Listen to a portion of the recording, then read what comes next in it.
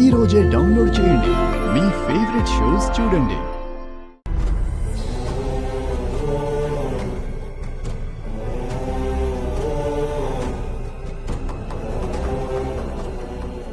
ఏంటమ్మా విహారీ ఏడి? ఆయన గుడిలో ఉన్నారు.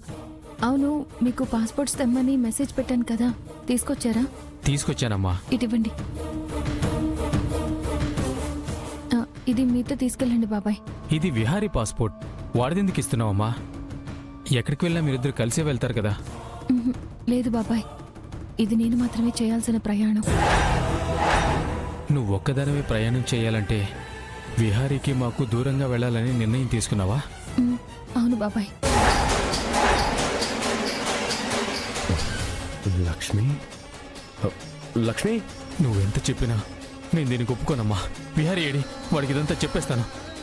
బాబాయ్, మీరు విహారీ గారితో నిజం చెప్పినా, నన్ను వెళ్ళనివ్వకుండా ఆపినా నేను చచ్చినంత ఒట్టే.